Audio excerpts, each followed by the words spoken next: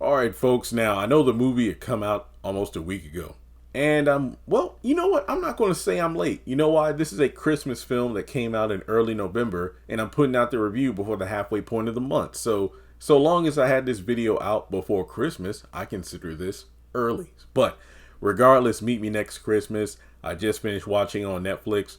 It was really good. I enjoyed it. I mean, keep in mind, this isn't one of those shows I review where I do like an in-depth, thought-provoking piece on, this series was something else. Like, here's how I'm going to rank the episode. No, this was I don't want to say cheesy, but a heartwarming holiday film.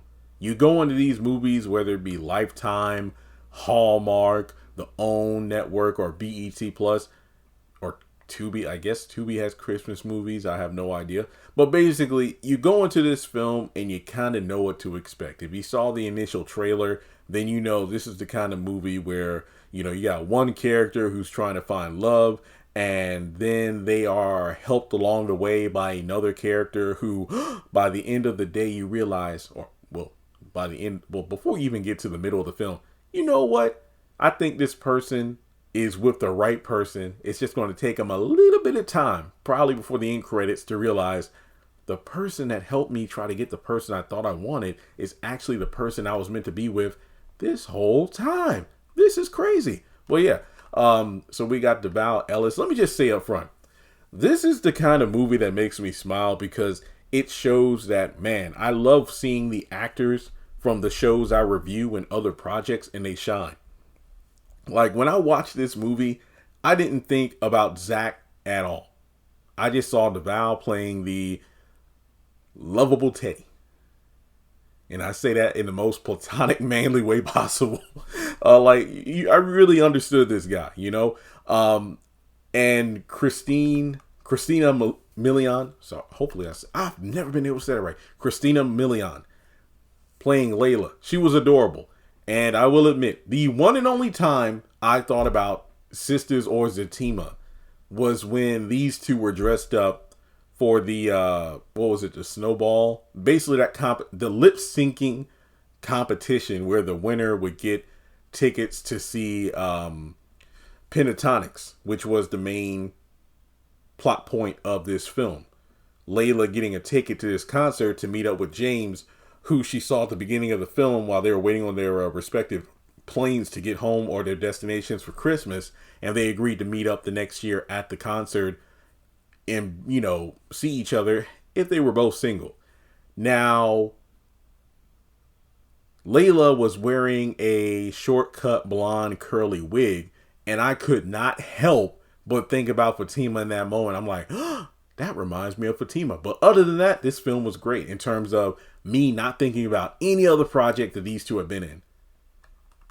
And I gotta say, it was a fun watch. It was like, minus the credits, about an hour, 32 minutes, give or take.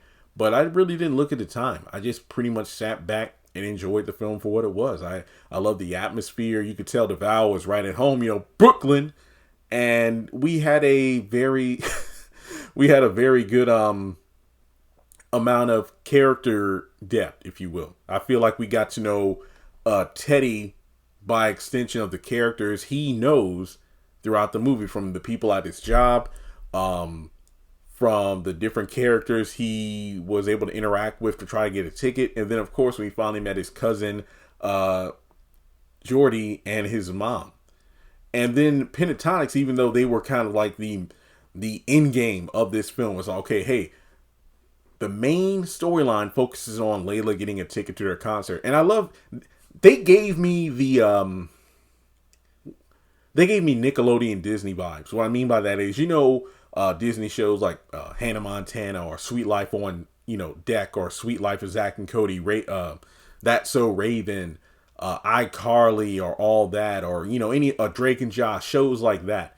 Whenever there was a special guest, whether it be a, musical artist, a musical group, an athlete, a big celebrity, they made more like a sporadic appearances through the episode, and they kind of helped the story get along. It's like, hey, the main characters have to figure out a way to get tickets to this show, or get an autograph or a picture because, they want it because they're a big fan, or they wanted to impress their crush on the show. And that's how they felt throughout the episode. And then Becca, she's like the manager of the group. Teddy had this thing where he would like DM the events of the movie to Pentatonics in order to hopefully sway them into giving him an extra ticket, because of the fact that, hey, my job is depending on this, but also Layla is trying to meet the love of her life at this concert. And I really love that. It really made it feel like everything we were watching in this movie wasn't just for us to consume, but seeing the group get invested in this movie as we, the audience, were getting invested in this movie, I think was a good angle. Now, in terms of the acting, I enjoyed it. I mean, yes, this is a holiday film. It is cheesy at times, but guess what? What's a hamburger without some cheese? Because you want a cheeseburger. Who wants to eat a bacon hamburger? No, you want a bacon cheeseburger. And guess what? There were a few slices on this burger melted down, and it was rather yummy.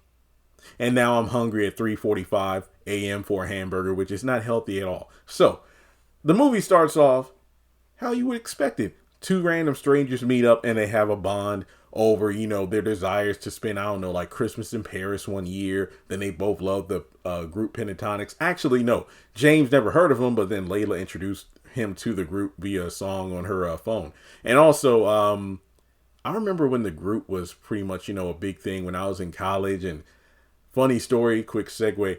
The one time I went to Target, this was after work one night, because remember, I used to work at a call center, so sheesh, 1 to 10 shift was brutal. I think Target would like close at 11 o'clock. Pre-COVID, folks, so hours were different than they are now. But I remember going one night and I spent a lot of money. I spent probably over $200. I remember going to the car after I checked out, looking over the receipt. I'm like, ain't no way I spent that much money. I went back to the store. I asked the person, like, wait, is something wrong with my receipt? And he's like, no, it's correct. I'm like, because the reason I remember that so vividly is I bought 3 Pentatonic CDs. Yes, CDs. I still have them too. Still sealed, by the way. They're the Christmas albums and like one of their other albums. So that's why this movie is kind of, you know, sentimental to me, because I remember this group when they truly blew up. So to actually see them still thriving, it's very great. Plus, they still sound great too. I don't know if they changed any of the members. I feel like they did. I could be wrong because I haven't like looked at a picture of the group in so long, but I noticed a lot. I recognize about 4 out of 5. But the thing is, Layla is currently in a relationship, and I believe James was single, and he said, hey, how about this? Because they were on different planes, his was boarding. Hey, you know what? If it's fate or the universe or whatever, if we shared a bond the way we did for just a couple hours right now, what about a year from now? If we are both single, how about we meet up at that Pentatonics concert on Christmas? And then he leaves. And then Layla is pretty, you know, adamant about being in a relationship and committed. It's like, you're not hoping for the downfall of my relationship. No. I'm just saying if that's how things work out. So then we fast forward to a year later. Oh, yeah. Also, Layla works at a foundation where, you know, they help kids get their college education, which I like because when I finished my grad school, I worked at Liberty to help students, you know, make their way through college. So that was pretty cool. Yeah, now that I think about it, I kind of related to a lot of these characters in the movie. But from there, it's about 3 days before Christmas. She goes over to her house, but she goes to see her boyfriend with some dinner, and turns out that he is cheating on her under her own roof. So he gets thrown out. Then she talks with her friend, Roxy, about the situation, and then turns out she's been talking about Airport James for the past year. So it's like, this is the universe talking. That's Lacey's big thing. Layla's big thing about the universe telling her something is about to happen, you know, in terms of how things play out. It's like, hey, wait. He cheated on me 3 days before Christmas. And James, me and him agreed not to look up last names or find each other online. I'm not going to hold you. Based on the way the algorithm works in general, I have no doubt in my mind that because these two spent so long together in close proximity, listening to music on their phones and just talking, I'm willing to bet that by the time Layla got on her plane and checked her phone, Facebook would have sent her a people you may know notification, and James would have been the first one on there. You cannot tell me that's not how it works. But they agreed not to do it. But it turns out that when she went to like Ticketmaster or whatever to try to find a ticket to the show, James was one of the customers with a picture holding a ticket. And he's like, oh, that's a sign. So she pretty much tries to figure out who she could contact for a ticket, because she went through every single conceivable route of getting a ticket. But turns out that Teddy works for a concierge service, and they're able to help people, get whatever they want. So it turns out Teddy isn't the best employee in terms of his track record of satisfying customers, but he does have a knack with snacks, and that's a theme in the movie which I actually like. But basically, his job is dependent on whether or not he's able to help Layla in this situation. So they meet up, and it turns out they actually met early in the film. And I mean, before Layla even met James, but they were kind of going back and forth over who should get the last piece of, I forgot exactly what food it was. It was a name I never heard of before. I'm a picky eater, folks. And he gives it to her, and, razzle dazzles it up with a bit of sauce, and they go about their way. But he accidentally bumps into her and knocks one of the little bowls he had that he was going to give his mom for Christmas. And that's a theme for later in the movie as well. But it turns out he recognized her face but couldn't place it exactly. So they go through at least almost half a dozen different scenarios where they try to get a ticket. First, it's a meeting with a scalper that she knows or interacted with via text. And it turns out that he scammed her out of $500, a necklace worth about $150. And when he tries to escape, Teddy realizes the ticket is from last year, not this year. And then accidentally gets pepper sprayed by Layla. Oh, my eyes. And then they go over to another location, a place that Teddy knows. But it turns out the booth that the kiosk the guy works at is closed. Then they go to this couple, and they are exotic but wealthy. And in order to get the ticket, they would have to go to this Chanel store to get a specific like sugar plum bag. And in the midst of them waiting in line, Teddy notices a rude customer, one of the employees, but he shuts her down. And then when Layla says, oh, that girl was checking you out, you ought to go try to get her number. He goes over there, talks to her, and Layla notices a guy who dropped his phone, gives it to him. And then the guy says, oh, sorry, thank you. It's just the money I'm putting into getting this bag for my wife. The last thing I could afford is a broken phone. Then the little boy mentions that, his mom was really sick. And then the dad mentions like, yeah, we almost lost her. So I figured that while I still have her, we'll try to give her what we can, just show her the best. And then Layla has a change of heart, as the employee actually told Teddy, because of what you did, I'm going to hook you up with the last Chanel sugar plum bag. And then when she brings it out, Layla refuses, saying, no, give it to them. And then they leave, because it turns out that one of the other employees mentions that she says like, oh yeah, the only other sugar plum bag is the one that's on display right now. And then everybody goes to nuts. So Teddy is, frustrated but impressed that Layla would be so selfless in a moment like that.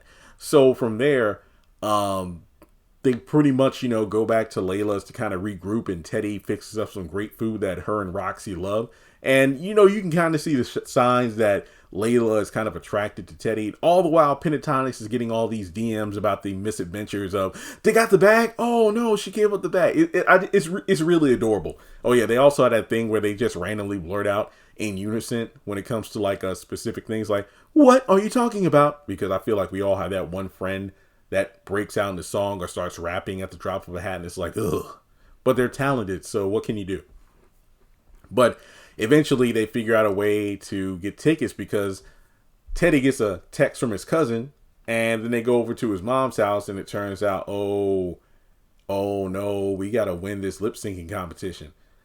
But then they do it. And also the Jordy scenes were hilarious. This was just, it was comedy. It's comedy. It just gives you that vibe of going over to your family's house. You have the eccentric sibling or cousin, and then they took them they're taken to the competition, and it's pretty intense. But they actually do well. But the sequence ends with them kissing each other, and it's like, oh my goodness! It's like, was there something there? I don't know. They ended up getting second place though, which was rough, but either way, they didn't really care because they were both confused about what had happened. But then it turns out Pentatonics actually messaged them back with a ticket, and they're invested. It's like, wait a minute, Airport James, no, lame James, no, I'm shipping Teddy and Layla. So they want to know how Teddy feels. So basically, they have it where, Teddy, you're going to be Santa Claus in our concert during the Here Comes Santa Claus sequence, and Layla gets the ticket. So she has to decide what to do. So they basically get, last minute drafted to the concert, and Teddy goes backstage, meets the group, and then they hook him up with a suit and basically like, okay, you're going to come down the chimney, get on stage, declare your love for Layla, and then see what happens. Because I felt some kind of way about James in this movie. I'm like, man, he kind of gets the short end of the stick. He's at the beginning of the film. And then when Layla finally bumps into him at the concert because she's trying to declare her love for Teddy, James doesn't say anything. She's just, we're just throwing out a bunch of word vomit at James. And I'm like, wait a minute. I mean, I get that we're rooting for Layla and Teddy, but at the same time, James just feels like a background character. Like, he isn't going to have anything to say in that scene because he's just looking at Layla as she's talking at 50 miles a second, and then she runs off. And then it turns out that, oh, James actually has a woman, because I think she was in a restroom, or she said her taxi was late or something, but she shows up and, oh, baby, I'm glad you're here. And I'm like, wait, that's it? Like, we're not going to get any follow-up on this? So then Layla's trying to get backstage. All the while, Teddy is afraid, not of declaring his feelings on stage in front of a bunch of people, despite having, stage fright. That's actually interesting. He has two of the most common fears, public speaking being the first one, and then heights.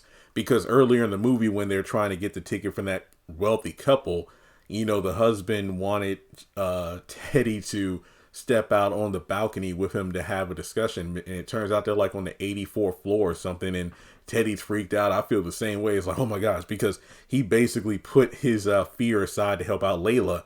And it's funny because the whole time he's trying to do this to save his job, but over time he did it for Layla.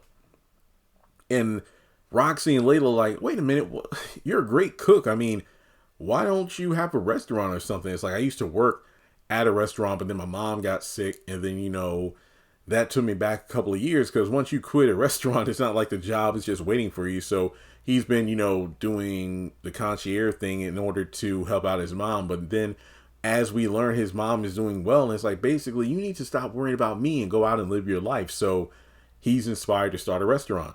Now from there, speaking of food, Layla is allergic to peanuts, and something interesting is that Teddy has his own like Chex Mix or trail mix that he makes personally, because he remembers she is allergic, because I think she grabbed a cookie at the lip syncing competition, but he immediately told her, no, I bet money they have peanuts in it, so you better not eat it. I got the trail mix. Oh my God, you remembered. And then, as we get to the Santa Claus sequence, he's afraid of going up the railing and then down the chimney because of his heights, but he lets that go in order to, declare his love. So when he finally does it, Layla's having trouble getting backstage. So she's overhearing him on stage, but then he, is about to finish up the speech and she doesn't show up, and he manages to look around because he turns around to leave the stage, but then she bursts through the door saying, Teddy! And then he goes to, talk to her, and then Pentatonics brings him up on stage and they get together. So this was pretty good. I liked it. Look, there were some laughs. Got me in the holiday spirit. Great music. The group is phenomenal. Meet me next Christmas. It was good. So what would I score it? Probably about 8 out of 5. I mean, like I said, you know what you're getting into. But I think what really sold it for me is seeing that Pentatonics was basically like a stand-in for the audience, because they were invested in this love story as much as we, the audience, were, if you truly enjoyed these characters. So I give it my highest recommendation. I see why it was #1 on Netflix. Go check it out. I might even watch it again before Christmas. This was definitely something I would recommend to anybody. If you're a fan of Devale Ellis, you're going to get some of that classic Devale comedy within the film. For real. It's worth it. Check it out. So, like and subscribe, and I will catch you all in the next video.